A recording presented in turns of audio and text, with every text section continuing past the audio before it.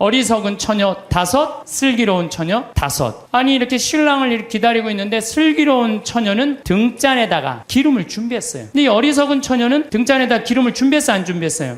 준비하지 않았어요. 신랑이 온다 막 졸다가 깨어나갖고 슬기로운 처녀들은 등에 불이 있었어. 그래갖고 신랑을 맞이하고 갔는데 이 깜깜한 어둠에 있던 어리석은 처녀들은 아이 우리 기름 좀 나눠줘라, 신랑 좀 찾게. 그랬더니 슬기로운 처녀들이 뭐라 그래요? 우리가 나눠주면은 우리도 모자라고 니네들도 모자란다. 니네들 빨리 가서 가게에 사갖고 와라. 그래갖고 그냥 가게로 쫓아가고 왔는데 신랑은 이미 어떻게 됐어요?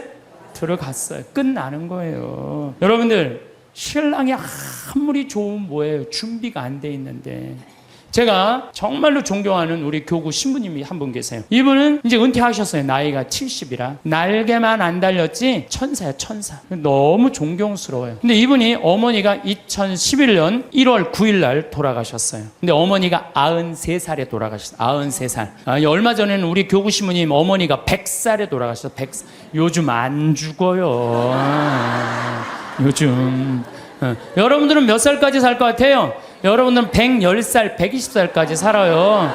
근데 어쨌든 이 민기순 마리아 할머니가 93살에 돌아가셨는데 이 할머니가 명성황후 3대 직계손이에요. 직계손. 그리고 이 집은 신앙이 얼마나 좋은지 신부님 외할아버지가 그 용인 천리성당 옛날에 초대 본당 회장이었는데 멀리에 성당이 있었어요. 집이 있었어. 큰 집이. 근데 매일 미사 참여하고 싶어갖고 성당 바로 앞에 조그만 집에 있는 교우하고 집을 바꿨어요. 왜 바꾸냐? 나 하느님 집 가까이서 살고 싶어. 그래갖고 우리 큰 집으로 가. 난 여기 와서 살 테니까. 성당 밑에서 산 분이에요. 근데 이 할머니가 신부들을 얼마나 예뻐하는지 몰라요. 저도 이제 할머니 이제 집에 한번 놀러를 간 적이 있는데 자기 아들 만지듯이 나를 막 얼굴을 주물르면서 신부님 내가 평화방송 맨날 본다고 내 신부님 팬이라고 삼계탕을 만들어 주시는데 얼마나 맛있든지. 하여튼 사제라면 정말로 당신 아들같이 사랑하는, 사랑이 정말로 많은 할머니였어요. 이 할머니가 이제 6남매를 낳았는데 제일 큰 아들이 신부가 된 거예요. 그것도 이 신부가 할머니가 옛날에 결혼했는데 5년 만에 생긴 아들이에요. 5년 만에. 그걸 또 하느님한테 봉헌 한 거죠. 정말 기가 막힌 할머니야. 근데 이제 할머니가 이제 돌아가실 때쯤 돼갖고 신부님이 갖고 마지막 병자성사를 해주는데 할머니가 묵주를 이렇게 붙들고 계시더래요. 근데 아들이 이제 가니까 할머니가 마지막 눈을 싱겁게 뜨면서 아들을 보면서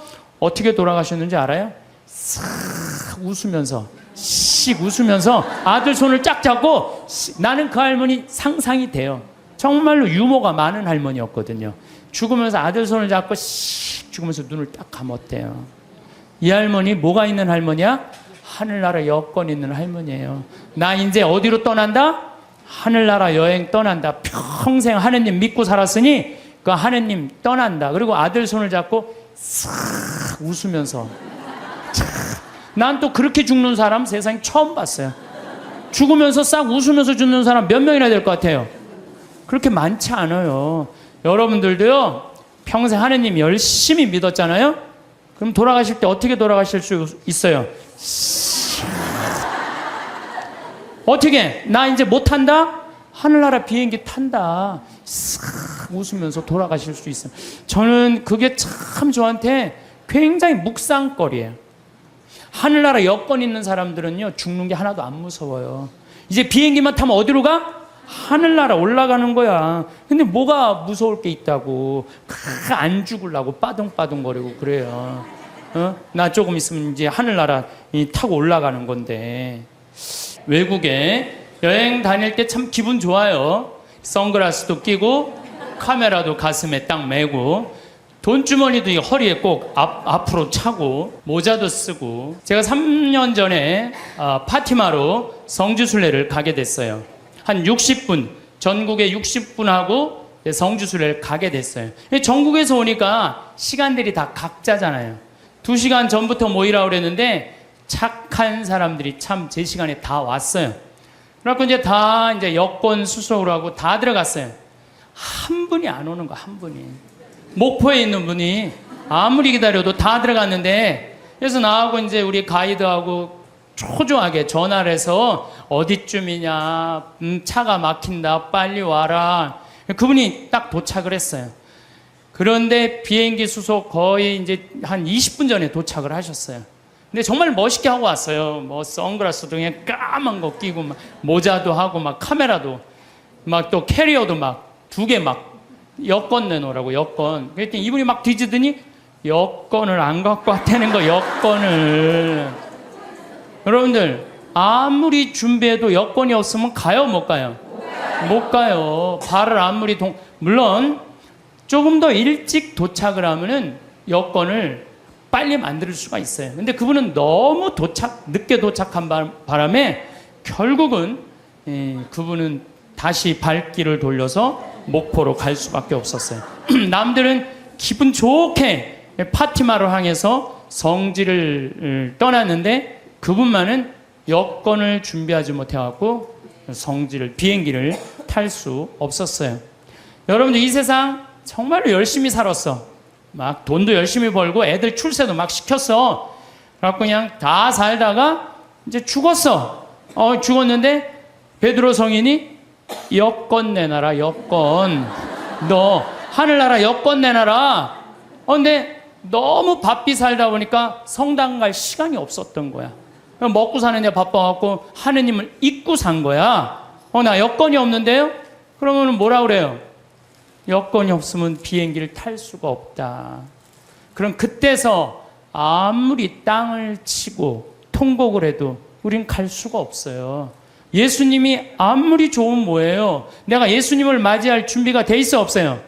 준비가 안 돼 있는 사람은 요들 많아 적어요? 너무 많아요. 저는 이런 생각 많이 해요. 우리들이 죽었어. 죽었는데 딱 죽으면 다 아무것도 없는 줄 알았더니 하늘이 쫙 열리더니 베드로 성인이 딱 나타나갖고 비행기 타고 가야 된다. 자, 여권 내놔라. 나 여권이 없는데요. 돌아가려고 해도 돌아갈 수 있어요 없어요? 돌아갈 수가 없어요. 저는 우리 2층 집에 살던 분이 예전 얘기예요. 한 30년 전 얘기예요. 내가 신학생 때 2층 집에 있던 분이 한 15년 동안 당뇨로 고생을 했어요. 근데 그분이 돌아가시기 3일 전에 갑자기 수녀님을 찾는 거예요. 성당 안 다니셨던 분인데 그래서 부인이 당신 왜 성당도 안 다니던 양반이 갑자기 수녀님을 찾느냐고 내가 이렇게 누워서 비몽사몽 이렇게 있는데 비행기가 한 대 왔는데 나보고 비행기를 타라고 그러더라. 비행기를 타보니까 신부님 수녀님이 비행기에 꽉 차 있는 딱 한 자리 남아있는데 수녀님이 나한테 여기가 당신 자리라고. 그리고 이 사람 정신을 깬 거예요. 성당 평생 안 다녔는데 꿈에 신부님 수녀님이 꽉 차 있는 비행기 이제 당신 데리고 올라갈 비행기라고. 그래갖고 이분이 수녀님 득달같이 불러갖고 병자성사 대세 받고 병자성사 받고 성체까지 영하고 돌아가셨어요. 이분은. 그분은 하늘나라 여권 마지막에 챙긴 거 안 챙긴 거예요? 챙긴 거예요. 그래서 싹 올라간 거죠. 우리 인생 살면서 정말로 중요한 거 빼먹고 사는 사람들 많아요. 그게 뭐냐면 바로 신앙생활이에요. 신앙생활. 신앙생활은요 우리 인생의 이정표하고 똑같은 거예요. 내가 지금 이 길을 잘 가고 있는가 안 가고 있는가 중간중간 여러분들 이정표 확인해요 안 확인해요? 확인하죠? 부산까지 가려면은 여기 지금 내가 지금 대전을 지나가고 대구를 지나가고 경주를 지나가고 부산 이정표 확인 안 하고 그냥 대전에서 잘못 가려갖고 전주로 갔어. 확인 계속 안 하고 어디로 가요? 목포로 가요. 목포. 신앙생활이라는 건 바로 이정표예요. 당신 인생 지금 제대로 살고 있나? 주일마다 나가서 확인하는 거 안 확인하는 거예요? 확인하는 거예요. 요즘 인생 이정표 없이 살다가 깜깜한 어둠을 헤매는 사람들 텔레비 속에 많이 봐요 안 봐요? 많이 보죠? 돈이 너무 많으니까 이 돈을 어떻게 주체할 수 없으니까 무슨 버진 아일랜드인가 어디에다가 회사 차려놓고 그냥 세금 떼어먹고 깜깜한 어둠 속을 헤매는 사람들 많아요. 성당 나가면서요 내가 제대로 살고 있나 안 살고 있나 이거 확인하는 거 이거 정말로 중요한 분.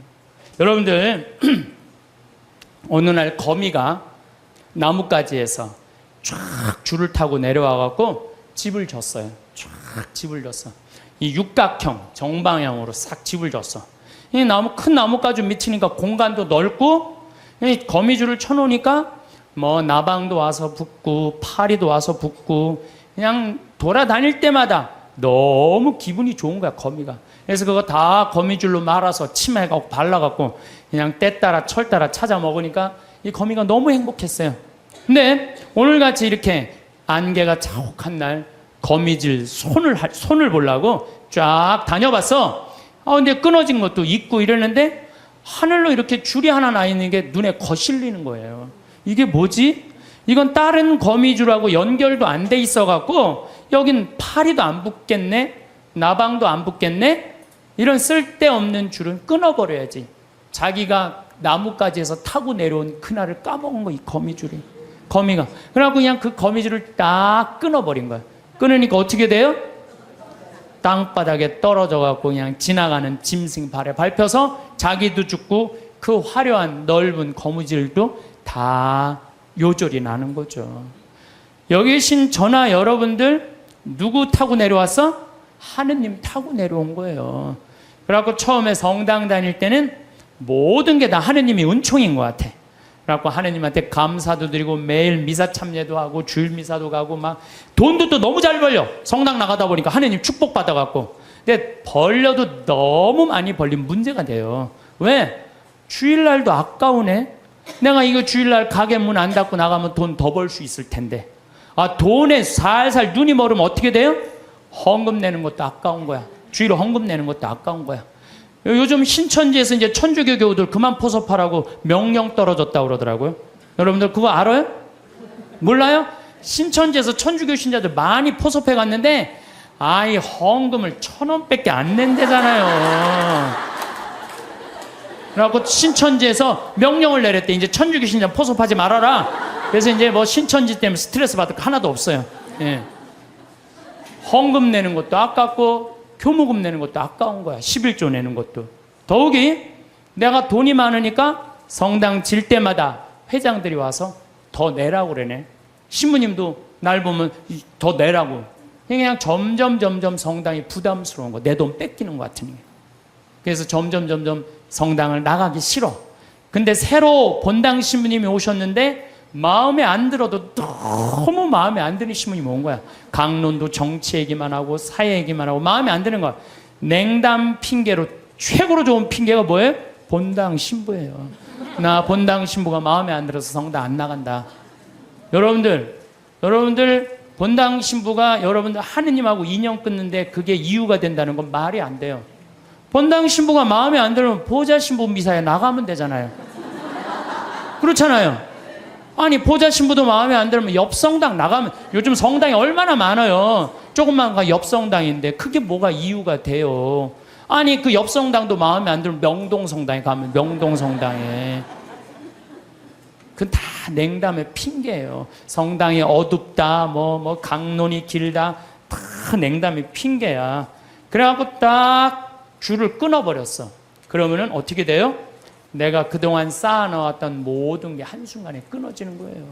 근데 현대인들은 그거를 몰라요. 그러면 신부님, 하느님 열심히 믿는 건 뭐예요? 하느님 열심히 믿는 건 하느님 꽉 붙잡고 살면 돼요. 여러분들 우리 그네 타는 거 아시죠? 단오절날 그네 탈 때 어때요? 뒤에서 밀어주면 그네 타는 사람 어떻게 해요? 저 위에서부터 내려온 줄 어떻게 잡죠? 꽉 잡고 있어요. 그래갖고 뒤에서 밀어주면 그 줄만 잡으면 웬만하면 안 떨어져요. 근데 그냥 그네 탈 때 자기 좋다고 그냥 뒤에서 밀어주는데 줄 안 잡고 있으면 어떻게 돼요? 하늘로 날아가는 거예요. 날아가고 떨어져갖고 그냥 얼굴 코뼈 깨지고 그냥 눈알 그냥 쓸리고 막 이러는 거예요. 하느님 믿는 거는 어떻게 믿어야 되느냐? 꽉 잡아야 돼요. 하느님 꽉 잡는 방법은 뭐예요? 레지오 활동 열심히 하고 성령 기도해 나가고 성당에 전례 봉사하면 전례 봉사하고 반모임 열심히 나가고 매일 미사 나가고 이게 하느님 꽉 붙잡고 사는 거예요. 근데 요즘 현대인들은 내가 보기에는요 하느님 꽉 붙잡고 사는 사람 별로 없어요. 다 그냥 줄 느슨하게 잡고 떨어지려면 떨어져라. 난 하늘로 날아가고 싶다. 그런 사람들 너무 많습니다. 요한복음 15장에 보면은 예수님이 나는 참 포도나무요 너희는 가지로다 이 얘기를 해요. 내 안에 머물러라. 나도 너희 안에 머무르겠다. 가지가 포도나무에 붙어 있지 않으면 스스로 열매를 맺을 수 없는 것처럼 너희도 내 안에 머무르지 않으면 열매를 맺지 못한다. 너희는 나 없이 아무것도 하지 못한다. 우린 누구 옆에 꽉 붙잡고 살아야 돼? 예수님 꽉 붙잡고 살아야 돼요. 근데 그냥 예수님이 주일날 나가는 거 귀찮다고 본당 신부 강론이 마음에 안 든다고 줄 놔버리면은 우리는 그냥 끝나는 거예요. 제가 얼마 전에 세례받고 신학교 가고 그 다음에 거기서 신부된 수원교구 조원동 주교자 성당에 강의를 가게 됐어요. 근데 보통 출신 성당에 강의 잘 안 가요. 왜? 어렸을 때 나 코 올리고 맨날 나 사고 치고 다녔던 거 다 본 분들이 그냥 다 아직도 있는데 그 성당에 왜 가요? 동창 신부들도 그러더라고요. 야, 너 그 출신 성당에 가서 강론하는 거 아니야. 예수님도 예언자 고향에서 존경받지 못했다는데 네가 뭐라고 그냥 거기 출신 본당에 가서 강의하느냐? 그러길래 내가 한마디 했어요. 나는 걱정 하나도 없다. 나는 예언자가 아니다. 예수님은 예언자시지만 나는 그냥 일갓 하나의 그냥 신부다, 신부. 이제 강의를 갔어요. 강의를 갔는데 정말로 30년 전에 본 사람이 그대로 다 있는 거예요. 하나도 안 죽고 다.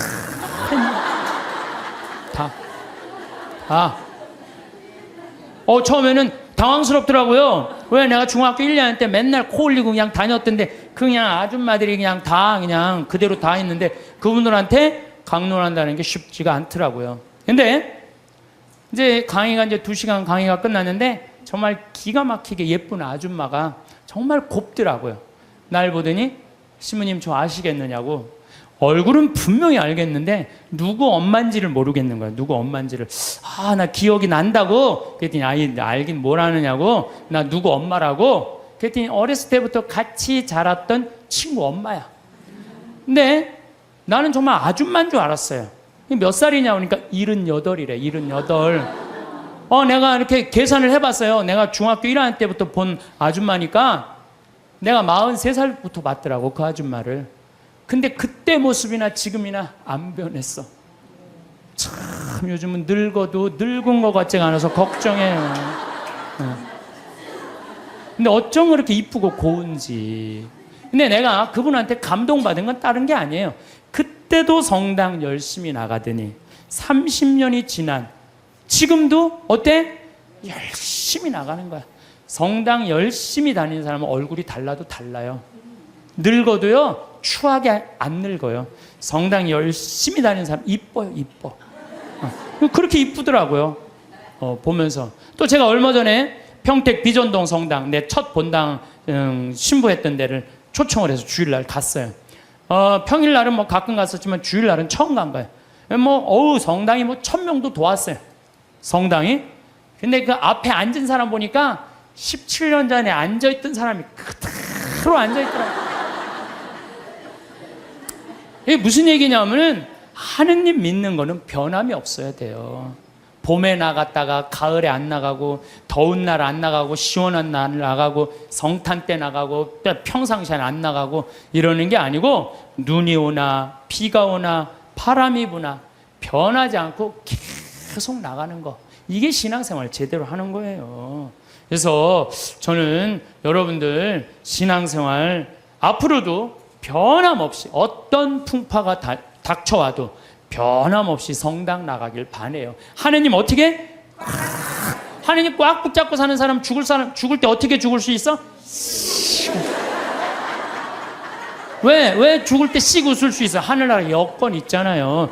내가 하느님 온전히 꽉 믿은 사람은요 죽음이 아니에요. 죽음은 새로운 삶으로 옮아가는 거예요. 새로운 삶으로. 하느님 믿는 건 그런 거예요. 그래서 저는 제가 여러 번 요즘 요 근래에 죽음이라는 걸 경험하면서 정말 많이 묵상을 해봤어요. 죽는 게 뭔가. 이게요 하늘나라로 건너가는 다리일 뿐이에요. 죽는 거 무서워할 필요 하나도 없어요. 신부님, 그런데 저는요 가끔 믿음이 흔들릴 때가 있어요. 꽉 붙잡고 사는데 이게 정말로 하느님이 계신가 안 계신가 의심스러울 때가 있어요. 여기 계신 분들도 그럴 때 있어요 없어요? 그거는요 저도 그래요. 믿음하면서 계신가 안 계신가 이거 의심 안 하는 사람 한 사람도 없어요. 심지어 성인들도요, 극도의 유혹을 받는다고 그래. 신앙생활하면서 의심을 하는 건 당연한 거예요. 근데 혹시 여기 계신 여러분들 가운데 내가 태어난 날 의심하는 분들 계셔요, 안 계셔요? 네? 태어난 날 의심하는 분 있어요, 없어요? 만약에 태어난 날 의심하면 내가 있는 존재를 의심하는 거, 안 의심하는 거예요? 그런데 혹시 여기 태어난 거 보신 분 계세요? 내가 엄마 태를 열고 나올 때 피를 뒤집어 쓰고 딱 나오는 순간 엄마가 나를 안고 빵긋 웃었던 그 모습 기억나요, 안 나요?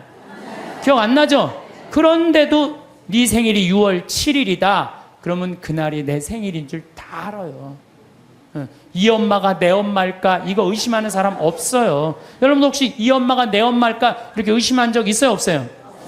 요즘은 하도 텔레비에서 엄마가 많이 바뀌는 드라마가 많이 나와갖고 텔레비가 사람 망쳐놓는다니까. 그건 극히 드문 거고요. 다 여러분들 엄마가 배 아파서 다 난 거예요.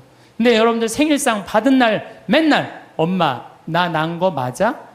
이놈의 새끼야, 내가 너 배 아파서 났어. 내가 너 난 믿어. 근데 내가 본 적이 없어서 난 믿음이 안 생기는데? 신앙도 똑같아요. 하느님이 나 빚어 만드는 거 나 본 적 없어. 그래도 내가 너를 빚어 만들었다. 하느님이 그렇게 말했으면 믿어야 돼, 안 믿어야 돼? 믿어야 돼요. 근데 그냥 맨 하느님 미사 할 때마다 하느님 계신 거 맞아? 맞아? 맞아? 이러면 하느님한테 두들겨 맞아? 안 두들겨 맞아요? 하느님한테 두들겨 맞아요. 더욱이 우리 하느님은 당신의 아들을 역사 안으로 보내셨어요. 제가 참 이런 우리가 글이 생긴 게 10,000년 전이야. 10,000년 전. 10,000년 전이 글이 생겼는데 그러니까 이때부터는 역사가 기록이 된 거예요. 부처님이 예수님 탄생 624년경에 오셨어요. 예수님 탄생하시기 전에. 그 다음에 부처님이 한 570년경에 오셨어요. 570년경. 그 다음에 예수님을 기점이야. BC라는 게 Before Christ. 예수님 오시기 전 570년에 공자님이 오셨고, 예수님 오시기 전 624년경에 부처님 오셨어요. 그 다음에 이제 AD, 이거를 기원 후란 안노 도미노라고 그래요. 이게 안노 도미노. 예수님의 해라는 거예요. 주님의 해라는 뜻이야.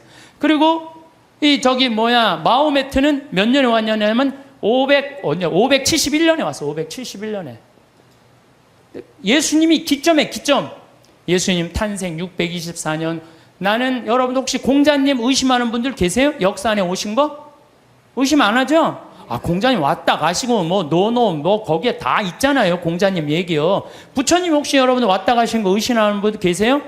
없어요. 시달타라고 왕으로 왔다 갔어요. 예수님도 역사 안에 왔다 가고 마호메트도 역사 안에 왔다 갔어요. 근데 가끔 정말로 무식한 종교 지도자를 만나는 정말 어처구니 없는 사람들은 부처님 없다 이거야. 공자님 없다 이거야. 마호메트 없다 이거야. 우리 예수님만 있다 이거. 예수님만. 이건 말도 안 되는 얘기예요. 선택의 문제. 예수님, 부처님을 그러면은 예수님 오기 전에 있던 사람들은 구원 하나도 없어요? 여러분들 한번 생각해봐요. 예수님 탄생하기 전에 인도에 있는 사람들은 하나도 구원 못 받아요? 한번 생각을 해봐요. 가끔 정말 어처구니 없는 사람, 그런 사람 구원 못 받는데 그거는 하느님이 결정할 일이지 내가 결정할 일이 아니에요. 교회는요 그런 사람에게도 구원 있다고 얘기해요. 우리 교회는. 왜? 교회 밖에도 구원이 있다는 거예요. 교회 안에만 구원이 있는 게 아니라는 거예요. 저 아프리카의 원주민들은 평생 예수님 얘기 하나도 들어본 적이 없는데 그러고 죽었어. 착하게 열심히. 그럼 그 사람 구원 있어요, 없어요? 있는지 없는지는 우리는 잘 몰라요. 근데 누구한테 유보해줘야 돼? 하느님한테 유보해야 돼. 구원을 결정하는 건 내가 하는 게 아니에요. 누가 결정하는 거예요? 하느님이 결정하는 거예요. 제가 여러분들에게 드리고 싶은 말씀은 예수님 역사 안에 왔다 가셨다는 거. 역사 안에. 그 예수님을 보고 베드로가 탄생한 거예요. 그 예수님을 보고 베드로가 탄생하고 1대 교황이 베드로, 2대 교황이 리노, 3대 교황이 아나클레투스. 그래서 1대부터 266대까지 이어온 거예요. 2000년 동안. 그렇지 않아요? 그러면은 베드로가 어느 날 갑자기 뚝 떨어져 갖고 베드로가 지금부터 이 교회가 있다. 예수님이란 이런 존재를 가짜로 만들어냈겠어요? 자기가 눈으로 보고 배운 그 예수님을 증언한 거겠어요? 눈으로 본 예수님을 증언한 거예요. 예수님이 3년 동안 우리랑 같이 사셨고 십자가에 못 박혀 돌아가셨고 부활하시고 이거를 체험해 갖고 증언한 거야.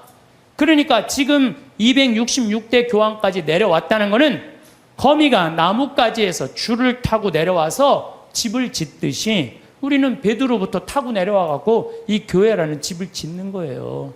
그러니까 여러분들 성서에 신약 성서에 있는 게 하나도 거짓이 없어요. 예수님이 베드로가 직접 보고 증언한 거예요. 베드로뿐만 아니라 12제자. 12제자만 보고 증언했어요. 그 외에 수많은 사람들이 보고 증언한 그 교회가 지금까지 이어져 내려온 건데 그걸 의심하면 어떻게 했냐 이거예요. 나는 있느냐 없느냐 이것 따지는 사람들을 보면 다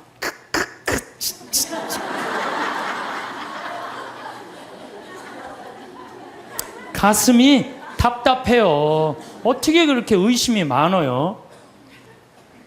하느님은 우리를 지어내신 주물주시고 창조주셔요. 그냥 꽉 붙잡고 살면 돼요. 내가 태어난 날 본 사람 없어. 네 생일이 6월 7일이다. 내 생일이 6월 7일이에요. 내 생일이. 그래서 6월 7일이다. 6월 7일인지 믿는 거예요.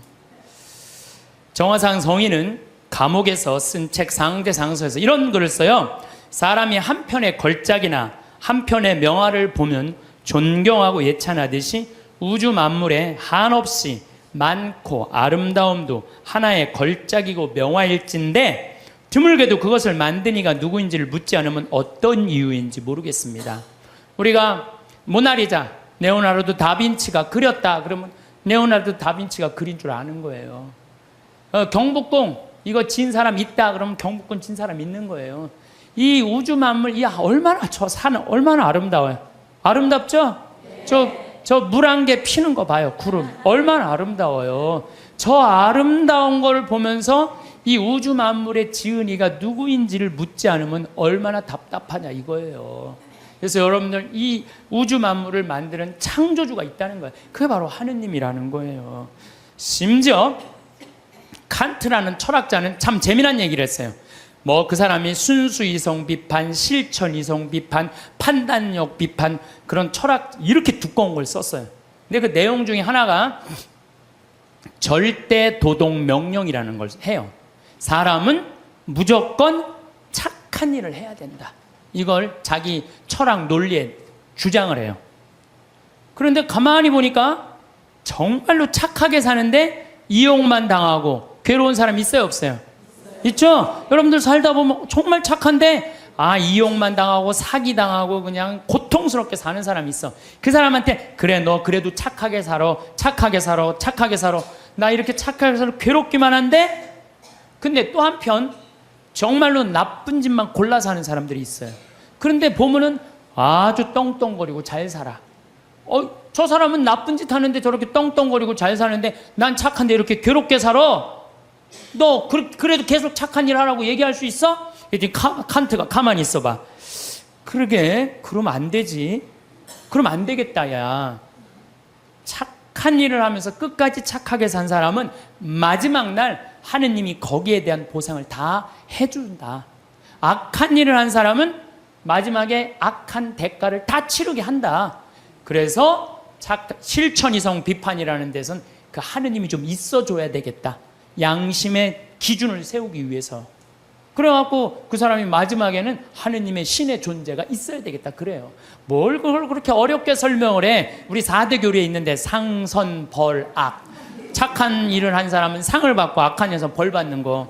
마지막 날이요 착한 일을 한 사람은 거기에 합당한 보상을 하느님이 다 해주셔요.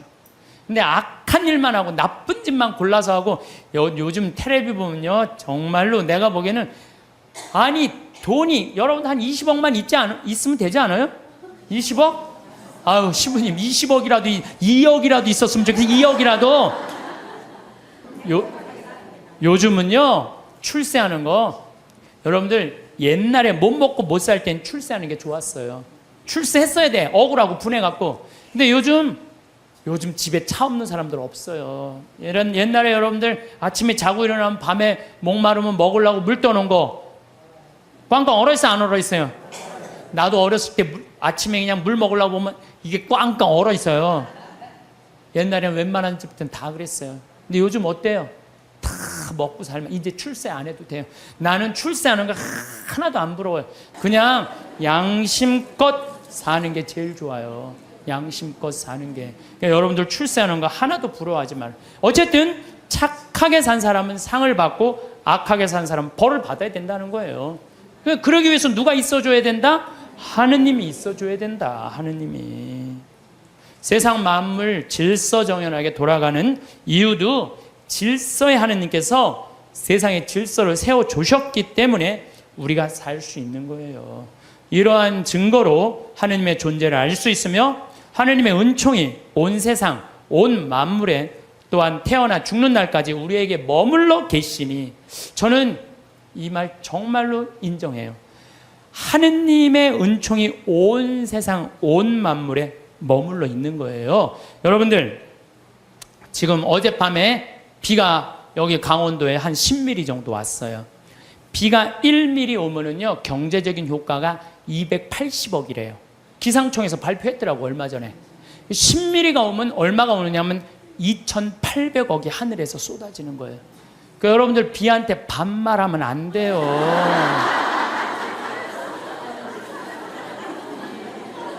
근데 우리는 얼마나 건방지냐 하면은 비 왔네? 비 오고 있네? 이게 말이 돼요? 비 오시네. 비 오시네. 빗님 오셨네. 이래야지. 비 왔네가 뭐예요? 내가 우리 여기 지금 고추를 2만 포기를 심어놨어요. 3,000평에다가. 근데 10일 동안 빗님이 안 오셨어요. 그러면은 10일 정도 안 오면요 말라요. 마르기 시작하면요 고추가 마르는 게 아니라 내가 입이 바짝 내가 말라요. 감자, 옥수수 지금 3,000평, 5,000평 다 심어놨어요. 근데 어젯밤에 이렇게 누워서 자는데 빗님 오는 소리가 들리더라고요. 난 미소가 싹 젖이는 거예요. 하느님 감사합니다. 우리 고추들이 싱싱하게 자랄 수 있도록 빗님을 내려주셔서 감사합니다. 사실은 저 빗님한테 존댓말 하는 사람만 물을 쓸 수 있어요. 막 반말하고 비 왔네. 아유 지겨워 짜증나. 빗님이 오시는 게 얼마나 중요한데 그걸 지겹다고 그래요. 농민들한테는요 저게 생명이에요. 생명. 만약에 저걸 내가 한번 재작년인가 3년 전에 배추밭에 가을 마른 장마가 왔어요. 가을 동안 한 번도 빗님이 안 오셨어. 저 강물을 터서 하는데요 그 전기, 노력, 돈이 얼마가 들어가는데요. 그걸 전국적으로 다 한다고 생각을 해봐요. 그러니까 1mm 오면요 280억 내려주시는 거 맞는 거예요. 우린 빗님을 해도 어떻게? 빗님 오시네. 감사해야 돼요. 더욱이 우리 여기 지금 이 어두움을 밝히기 위해서 등을 켜놨잖아요. 이거 돈으로 하려면 지금 얼마예요? 우리 한 달에 전기세 500만 원 나가는데 이 큰 건물 유지하려면은. 근데 낮에 태양이 비춰갖고 온 세상을 밝혀주잖아요.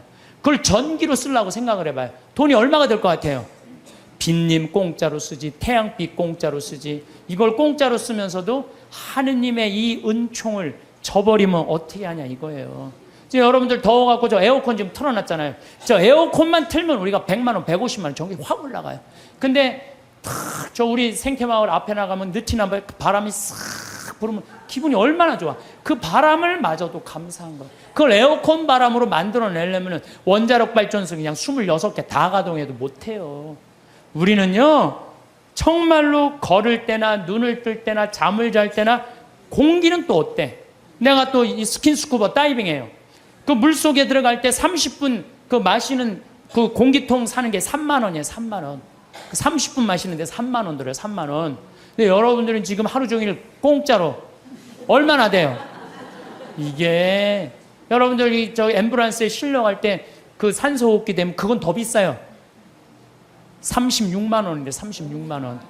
그러니까 그냥 하루 24시간 숨 공짜로 쉬면은 여러분들 거의 1,000만 원 280억 내려주시지 1,000만 원 공짜로 내려주시지. 그런데 이게 감사하지 않고 살면은 이게 어찌 된 일이냐. 그 얘기예요. 참, 하느님 은총 없이 되는 일 하나도 없어요. 하느님의 그 은혜를 저버릴 수 없음은 아들이 어버이 덕에 먹고 그 집에 살며 그 살림을 쓰면서 함부로 제가 잘난 체하며 부모를 무시하며 섬김과 근본을 갚는 뜻을 모르면 효도입니까? 불효입니까? 여러분들 태어나갖고 엄마 아버지 세간살이 써야 안 써요? 쓰죠? 엄마 아빠 밥솥 쓰고 엄마 아빠 방 쓰고 엄마 아빠 거실 쓰고 엄마 아빠 전기 다 쓰는 거 아니에요? 전화기. 그런데 그 엄마 아빠한테 감사하지 않으면 효도냐 불효냐 이거예요. 그것처럼 우리는 하느님 세간살이 쓴다 이거예요. 나무, 저 빈님, 태양, 바람 다 하느님 세간살이야. 그걸 쓰면서 감사해야 된다 이거죠. 저는 여러분들도 다 하느님 은총 속에 살았지만 저는 특별히 하느님 사랑받고 산 신부예요. 제가 2010년 4월 6일 날 위암 수술했어요. 위를 3분의 1을 잘라냈어요. 위를 3분의 1을. 내가 그렇게 방송에 나가서 그렇게 위암 수술했다는데 말할 때마다 놀라는 거 보면 난 또 놀라요. 내가 전국적으로 이렇게 수술했다고 얘기해도. 근데 우리 위가 딱 손바닥만 하대. 손바닥. 근데 저는 정 가운데 위암이 생겼어요. 1.5cm가 생겼어요. 그러더니 의사가 요 밑에 생겼으면은 밑에만 자르면 되는데 위에 생겼으면 위에만 자르면 되는데 정 가운데 자르면 위로 5cm 아래로 5cm 잘라야지 더 이상 전이가 안 된다는 거예요. 그래서 3분의 2를 잘라야 된다고 잘랐어요. 근데 우리 위는 음식을 받아들이는 부분이에요. 아래는 음식을 빻는 부분이야. 빻는 부분. 나는 근데 빻는 부분을 자른 거야. 빻는 부분을. 그러니까 음식을 먹으면은 옛날에는 위가 알아서 빠졌어. 그래갖고 소장으로 보내줬어. 소장에서는 흡수만 하면 돼. 근데 이제 음식을 먹으면 어떻게 되느냐? 바로 이제 잘라갖고 이 12장하고 바로 소장으로 내려가는 거예요. 근데 내가 우리 몸이요. 여러분들 제가 항상 강의 때마다 얘기하죠. 이 몸 자체 여러분들 이거 다 돈이에요. 돈. 정말 기가 막힌 거예요. 우리 시각 장애우들 내가 얘기하잖아요. 시각 장애우들 눈 하나 이거 갈아 끼는데 얼마 들어? 1억 들어. 1억. 2개 갈아 끼면 2억이야. 2억. 지금 나 눈 뜨고 쳐다보고 있는 분들 2억 깔고 지금 쳐다보고 있는 2억 깔고. 아니 내가 해보니까 이게 다 돈이라는 생각이 들어요. 이게 이제 위를 잘랐어요. 위를 잘라니까 밥을 먹잖아요. 그럼 의사 선생님이 밥 먹으면 무조건 45도 누워 있으래요. 왜냐면 이제 먹으면은 옛날에는 누가 빻어? 위가 이제 빻단 말이야. 근데 지금은 누가 빻냐면 소장이 빻는 거예요. 들어가면은 음식이 들어가면요 신기해. 여기서 물컹 지나가 음식이요. 진짜로 이렇게 지나가요. 이렇게 지나가고 이쪽 등 쪽으로 해서 꾸르륵 하면서 또 이쪽으로 물컹 지나가요. 참 기가 막히더라고요. 이렇게 보면은 이렇게 꿀꿀 음식이 지나가는 소리가 들려요. 우리 몸이요 이게 다 기적이야 기적. 그러니까 여러분들 심장 하나 갈아 낀데 5천, 간 갈아 낀데 7천, 신장 갈아 낀데 3천 드는 거예요. 그럼 이거 2억, 이거 1억 5천, 3억 5천. 내가 요즘 이가 안 좋아갖고 이거 갈아, 이거 이제 틀니 비슷한 거 끼고 있거든요. 의사한테 물어봤어요. 이거 임플란트로 다 갈으려면 얼마냐? 이가 28개래요. 신부님 싸게 해줘서 5천 해준대. 그러면은 이거 3억 5천, 이거 5천, 4억이야 4억. 팔 하나 갈아 낀데 400, 양팔 800, 양다리 1600. 5억에 5억. 근데 여러분들 생각을 해봐요. 얼마 전에 우리 집에 부천에서 한 아이가 정말로 잘생긴 아이가 왔어요. 근데 이 아이가 몸이 근육이 지방으로 바뀌는 병이에요. 그래서 얘는 목에 근육이 없어갖고 목을 가눌 수가 없어. 근데 평화방송에서 맨날 날 보는 게 소원인 거야. 형도 그런데 형은 이제 더 이상 움직일 수가 없대. 동생이 왔어요. 동생 왔는데 아버지가 계속 뒤에서 목을 받쳐주고 있더라고요. 여러분들 지금요 이게 병이 들어갔고요 꼼짝도 못하는 사람도 얼마나 많은데요. 근데 그냥 내 남편 멀쩡하고 우리 애들 둘 멀쩡해. 이 멀쩡한 4명 둘러앉아 밥 먹으면요 20억이 둘러앉아 밥 먹는 5억짜리. 감사해야 돼 안 감사해야 돼? 만약에 남편이 저녁에 퇴근해 갖고 들어와 그럼 뭐라 그래야 돼? 5억 들어오네. 5억 어서 들어와.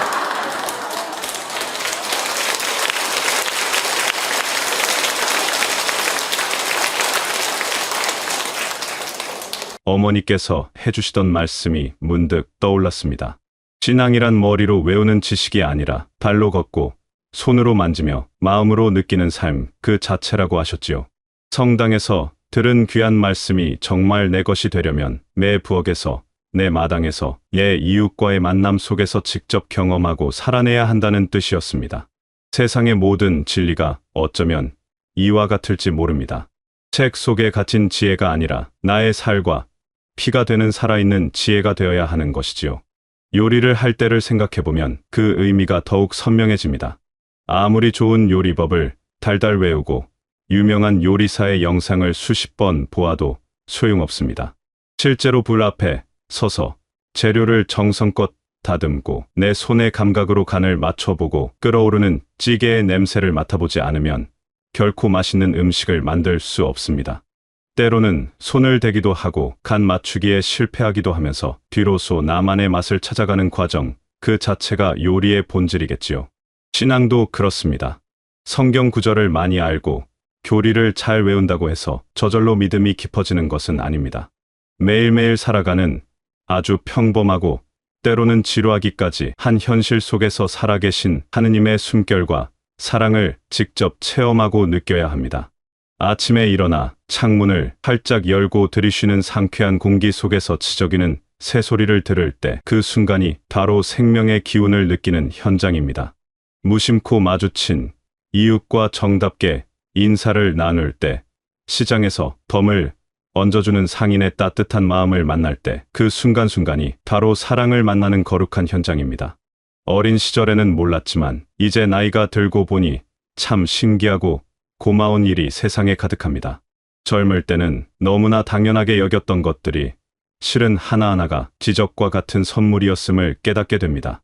아침에 무사히 눈을 뜨는 것, 밤새 아무런 탈 없이 평안히 잠들 수 있었던 것, 하루 세끼 식사를 거르지 않고 할 수 있는 것, 사랑하는 가족들이 각자의 자리에서 건강하게 지내주는 것, 이 모든 것들이 그저 주어진 것이 아니라는 걸 이제야 조금씩 알아갑니다. 마치 공기의 소중함을 잊고 살다가 숨이 가빠진 뒤에야 뒤로서 공기의 고마움을 알게 되는 것처럼 말입니다. 젊은 시절에는 그저 앞만 보고 달렸습니다. 더 많이 가져야 행복하고 더 높이 올라가야 성공한 것이라 믿었지요.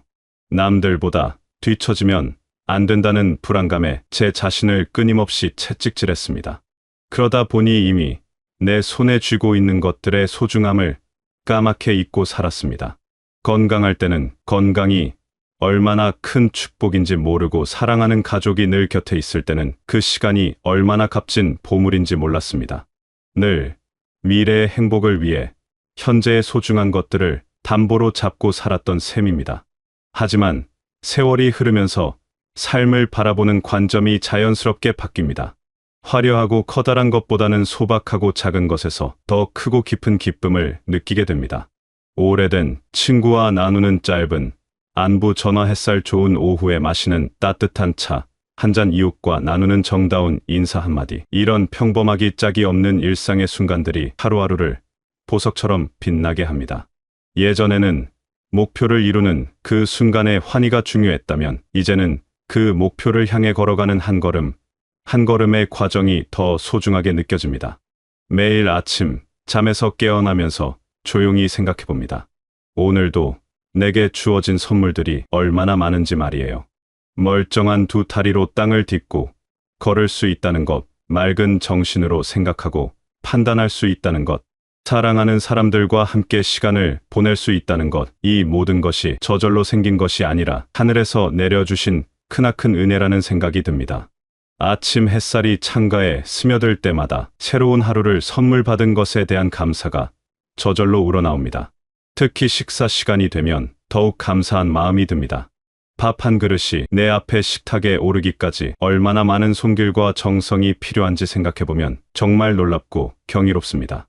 뜨거운 뙤약볕 아래서 땀 흘리는 농부가 씨앗을 뿌리고 정성껏 키워낸 쌀알들, 그것을 우리 집까지 안전하게 옮겨준 이름 모를 분들의 수고, 깨끗한 물과 따뜻한 불, 그리고 이 모든 것을 요리할 수 있는 건강한 몸과 시간까지, 이 모든 것들 중 어느 하나라도 없었다면 이 따뜻한 밥 한 그릇을 마주할 수 없었을 겁니다. 하나하나가 모두 기적 같은 선물입니다. 그런데 문제는 우리가 이 모든 감사함을 너무나 쉽게 잊는다는 것입니다. 어제의 감사함을 오늘은 당연하게 여기고 오늘의 은혜를 내일은 기억조차 하지 못합니다. 마치 물고기가 물의 존재를 평생 의식하지 못하고 살아가듯이 우리도 늘 받고 있는 사랑과 돌봄의 은혜를 잊고 살아갑니다. 당연함이라는 무서운 습관이 우리의 눈과 마음을 가리기 때문입니다. 그래서 의식적으로 기억하고 표현하려고 노력해야 합니다. 아침에 일어나면서 어제 하루도 무사히 지켜주셔서 감사합니다 하고 작은 목소리로 속삭여 봅니다. 잠자리에 들 때는 오늘 하루 동안 받았던 크고 작은 선물들을 하나씩 손꼽아 떠올려 봅니다. 많은 분들이 신앙생활을 성당 안에서만 하는 특별한 활동으로 생각합니다. 일주일에 한 번 미사에 참례하고 정해진 시간에 기도하는 것만이 신앙의 전부라고 여기지요. 물론 공동체와 함께 드리는 예배와 기도는 우리 믿음의 뿌리를 튼튼하게 하는 매우 소중한 시간입니다. 하지만 진짜 신앙생활은 성당 문을 나선 후 나의 일상 속에서 시작됩니다. 집으로 돌아와 설거지를 할 때도 우리는 충분히 기도할 수 있습니다. 따뜻한 물이 손끝에 닿는 느낌을 감사히 여기며 더러워진 그릇들이 깨끗해지는 모습을 보며 내 마음속의 미움과 욕심도 이렇게 깨끗하게 씻겨나가기를 바라는 마음을 담을 수 있지요. 빨래를 넣는 시간도 마찬가지입니다. 깨끗하게 빨린 옷들을 햇볕 좋은 곳에 널며 다람에 기분 좋게 날리는 모습을 보며 우리 가족 모두의 몸과 마음이 늘 이렇게 깨끗하고 건강하게 지낼 수 있기를 기원할 수 있습니다. 작은 텃밭을 가꾸는 시간은 제게 특별히 소중한 기도의 시간입니다. 작은 씨앗을 흙에 심으며 보이지 않는 곳에서 시작될 새로운 생명에 대한 희망을 품고 물을 주며 나의 사랑과 정성이 전해지기를 바라고 무성하게 자라나는 잡초를 뽑으며 내 마음의 불필요한 걱정과 욕심을 걷어냅니다. 이 모든 과정 하나하나가 바로 우리 신앙의 여정과 놀랍도록 닮아 있습니다. 눈에 보이지 않는 작은 씨앗이 어두운 땅 속에서 아무도 모르게 조용히 자라나 싹을 틔우고 꽃을 피우는 것처럼 우리의 믿음도 화려한 기적이 아니라 평범한 일상 속에서의 꾸준한 돌봄과 사랑을 통해 천천히 깊어지고 연근다는 것을 저 작은 텃밭이 매일같이 가르쳐줍니다. 심지어 무심히 동네를 걷는 그 시간조차도 기도의 시간이 될 수 있습니다. 발걸음 하나하나를 내딛게 해주는 건강한 다리에 감사하며 스쳐 지나가는 이름 모를 사람들의 얼굴 위에 평화가 깃들기를 마음속으로 빌어봅니다. 길가에 이름 없는 풀들과 계절마다 옷을 갈아입는 나무들을 보며 말없이 세상을 아름답게 지켜주는 자연의 위대함에 감탄합니다. 이런 마음으로 하루를 보내면 평범했던 일상이 더없이 거룩하고 충만한 시간으로 바뀝니다. 잠자리에 들기 전에 고요한 시간도 놓칠 수 없는 소중한 순간입니다. 하루를 차분히 돌아보며 의도치 않게 다른 이에게 상처를 주었던 말이나 행동이 있었다면 진심으로 용서를 구하고 뜻밖의 찾아왔던 기쁜 일들과 고마웠던 순간들을 떠올리며 깊은 감사를 표합니다. 내일 만나게 될 사람들을 위해 미리 축복을 빌어주고 아직 잠들지 못한 채 고통받는 이들과 세상의 평화를 위해 조용히 마음을 모읍니다. 이렇게 감사와 성찰로 하루를 마무리하면 마음이 더없이 평안해지고 깊은 잠을 이룰 수 있습니다. 음식을 먹을 때도 그 안에 깃든 신앙의 의미를 찾아낼 수 있습니다. 단순히 배를 채우고 허기를 면하는 행위가 아니라 내 생명을 유지하고 새로운 활력을 얻는 신성한 의식으로 받아들이는 것입니다. 한 입 한 입 음식의 맛과 향을 천천히 음미하며 이 음식이 내 몸의 일부가 되어 다른 이들을 위해 좋은 일을 할 수 있는 선한 힘이 되기를 기원합니다. 이처럼 일상의 모든 행위의 기도와 감사의 마음을 실으면 평범한 하루가 기적 같은 특별한 하루로 바뀝니다. 성당에서만 어렵게 만나던 하느님을 내 집 부엌에서, 내 작은 정원에서, 그리고 동네 산책길에서 언제든 만날 수 있게 됩니다. 그렇게 신앙과 생활이 따로 떨어진 두 개의 섬이 아니라 자연스럽게 하나로 어우러진 풍요로운 삶을 살 수 있습니다. 물론 이런 마음가짐을 늘 한결같이 유지하기는 쉽지 않습니다. 살다 보면 예기치 않은 걱정과 불안이 파도처럼 밀려올 때도 있고 때로는 이유 없는 짜증과 불만이 마음을 어지럽힐 때도 있습니다. 몸이 아프거나 마음이 유난히 힘든 날에는 감사보다는 원망이 앞서기도 합니다. 그럴 때는 억지로 감사하려 애쓰기보다 그저 솔직하게 힘든 마음을 그대로 털어놓는 것이 좋습니다. 완벽한 신앙인이 되어야 한다는 부담감보다는 상처받고 약한 모습 그대로를 드러내는 진실한 마음이 더욱 소중합니다. 가장 중요한 것은 매일 아침 새롭게 시작하는 마음가짐입니다. 어제 실패했다고 해서 오늘도 실패하리란 법은 없습니다.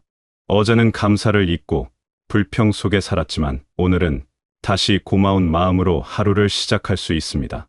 어제는 기도를 깜빡 잊고 바쁘게만 보냈지만 오늘은 일상 속의 작은 순간들 안에서 그분의 숨결을 느끼려고 다시 노력할 수 있습니다.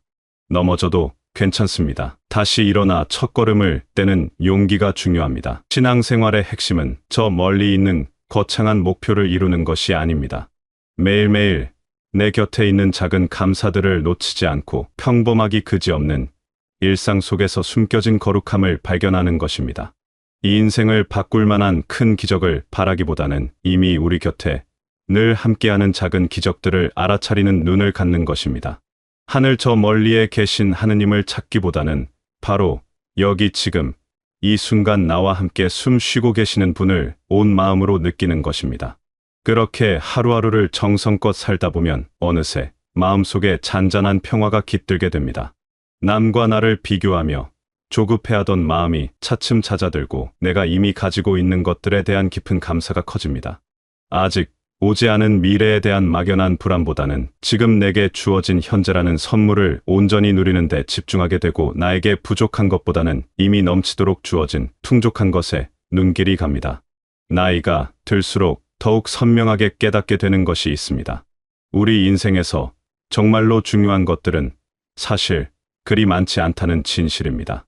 다른 누구도 대신 아파해 줄 수 없는 건강한 몸과 사소한 일에도 흔들리지 않는 평안한 마음, 그리고 세상 끝까지 내 편이 되어줄 사랑하는 사람들과의 따뜻한 관계, 마지막으로 이 모든 것을 누리며 하루하루를 감사히 살아갈 수 있는 마음의 여유, 이것들만 온전히 내 곁에 있다면 충분히 행복하고 풍요로운 삶을 살아갈 수 있습니다.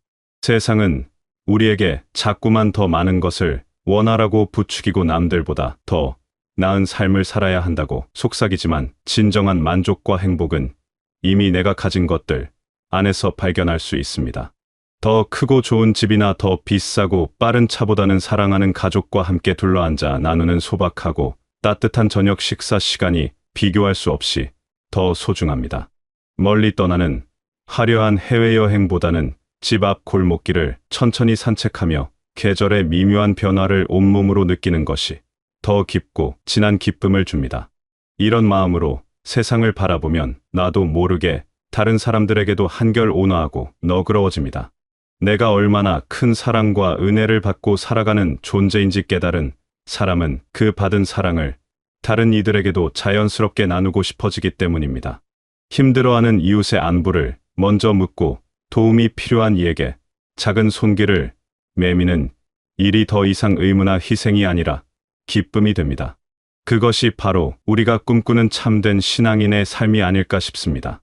나 혼자만 잘 살고 나만 구원받겠다는 이기적인 마음이 아니라 우리가 모두 함께 행복하게 살고 싶다는 따뜻한 마음으로 이어지는 것 말입니다. 내가 받은 만큼 나누고 사랑받은 만큼 사랑하며 용서받은 만큼 너그러이 용서하는 삶을 살아갈 때 우리의 일상은 비로소 천국과 가장 가까워질 것입니다.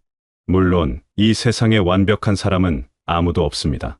우리 모두는 저마다의 약점과 상처를 지닌 채 부족하고 실수하며 때로는 지독히 이기적인 모습으로 서로를 핥히기도 합니다. 하지만 중요한 것은 그런 우리의 불완전함조차도 크나큰 사랑으로 괜찮다 다독이며 따뜻하게 감싸 안아 주시는 분이 늘 우리 곁에 계시다는 것을 믿는 것입니다. 그 굳건한 믿음이 있기에 우리는 절망 속에서도 희망을 보고 실패 속에서도 다시 일어설 수 있는 용기와 힘을 얻게 됩니다. 오늘도 어제와 다르지 않은 평범한 하루가 다시 시작됩니다.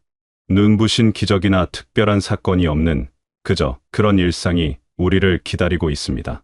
하지만 이 지극히 평범함 속에 비범한 사랑이 숨어 있음을 발견할 수 있다면, 이 반복되는 일상 속에서 영원한 삶의 의미를 찾을 수 있다면 오늘 하루도 충분히 아름답고 의미 있는 하루가 될 것입니다.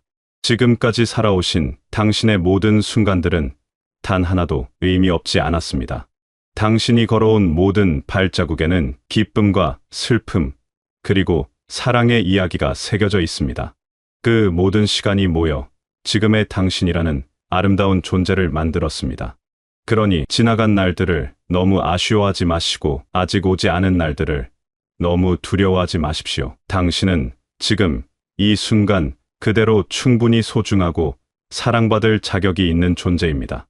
여러분의 하루하루가 작은 감사들로 가득하고 평범한 일상 속에서 숨겨진 특별한 기쁨을 발견하시며, 사랑하는 사람들과 함께하는 더없이 소중한 시간들로 풍성하게 채워지시길 바라겠습니다.